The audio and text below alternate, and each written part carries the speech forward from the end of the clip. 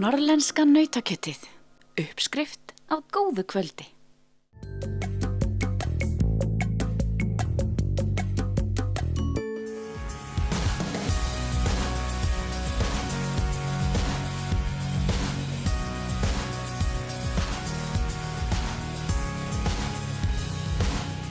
Hreyfivika UMFÍ árleg lýðheilsuherferð sem hefur það að markmiði að kynna kosti þess að taka þátt í hreyfingu og íþróttum.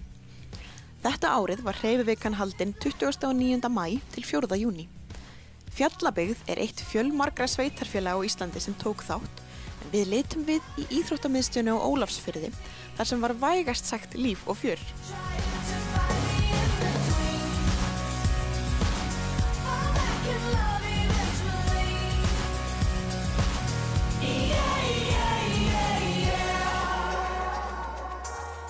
Við erum með, það sem sagt útivistadagur hjá okkur í skólanum og við skiptum bekkjunum upp í 3 hópa, 1. til 3. bekkur, 4. til 7. bekkur og svo eru 7., 8. og 9.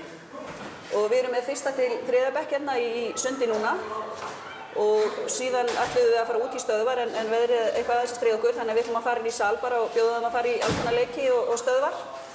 3. til 7. bekkur, hann fór klukkan 9 og labbaði þeim upp í Hlíð. Þar sem við erum með, það fiskeldi og kindur. Fóru og skoðuðu lömbin og fengu að kíkja í fiskeldið og komu svo til okkar hérna inn í sal. Og 7. til 9. voru út á vatni áðan á árabátum og kajökum og eru síðan að fara í Vastrið. Þannig að það alveg heilmikið í gangi hjá okkur. Og svo eru grillaðar pylsur í hádeginu og þetta síðasti skóladagurinn okkar. Það starfsdagur á morgun og svo eru skólaslit á föstudag. Það hittir svona vel á að hafa þennan dag í hreyfivikunni. Já, heldur betur. Allir á fullu, út allt. Þannig að það bara frábært. Markmið verkefnisins að fá 100 milljónir fleiri Evrópubúa til að hreyfa sig reglulega fyrir árið 2020.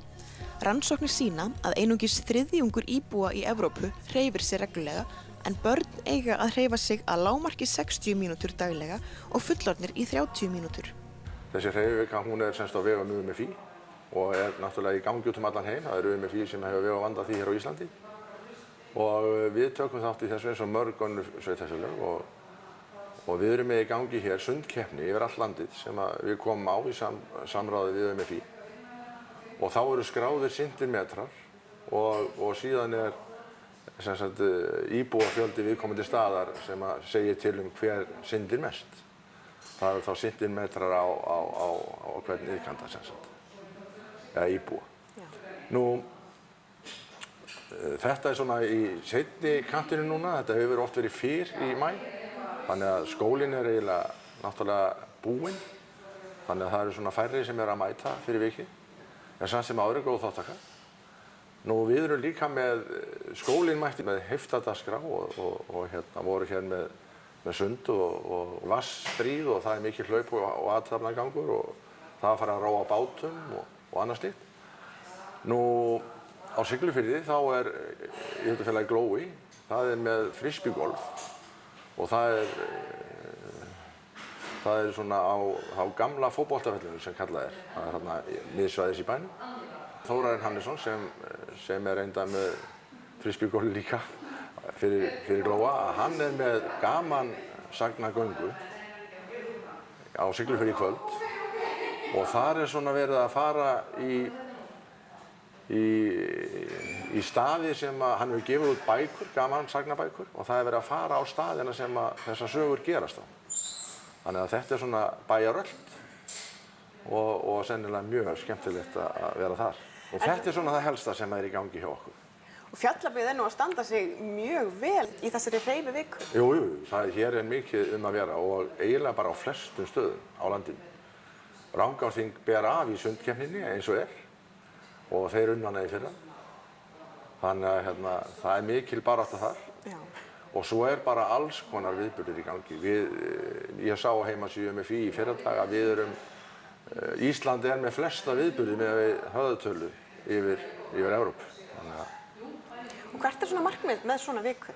Þetta nú aðalega bara að fá fólk til að hreyfa sig og þetta hefur verið þannig að íþróttafélögin hafa verið að bjóða bara aðgang að æfingum og annað slíkt. En þar sem að þetta svona hittir ekki alveg nógu vel á veður, þá er þetta kannski ekki eins spennandi. Þetta var meira inn í íþróttahúsunum hérna áður, þegar þetta var fyrr. Þannig að það hefur verið svona keyrt áfram þannig. Íþróttafélögin hafa boðið opnað æfingar fyrir þá sem ekkert endilega búin að borga æfingargjöld, það er bara allir velkomnir. Já.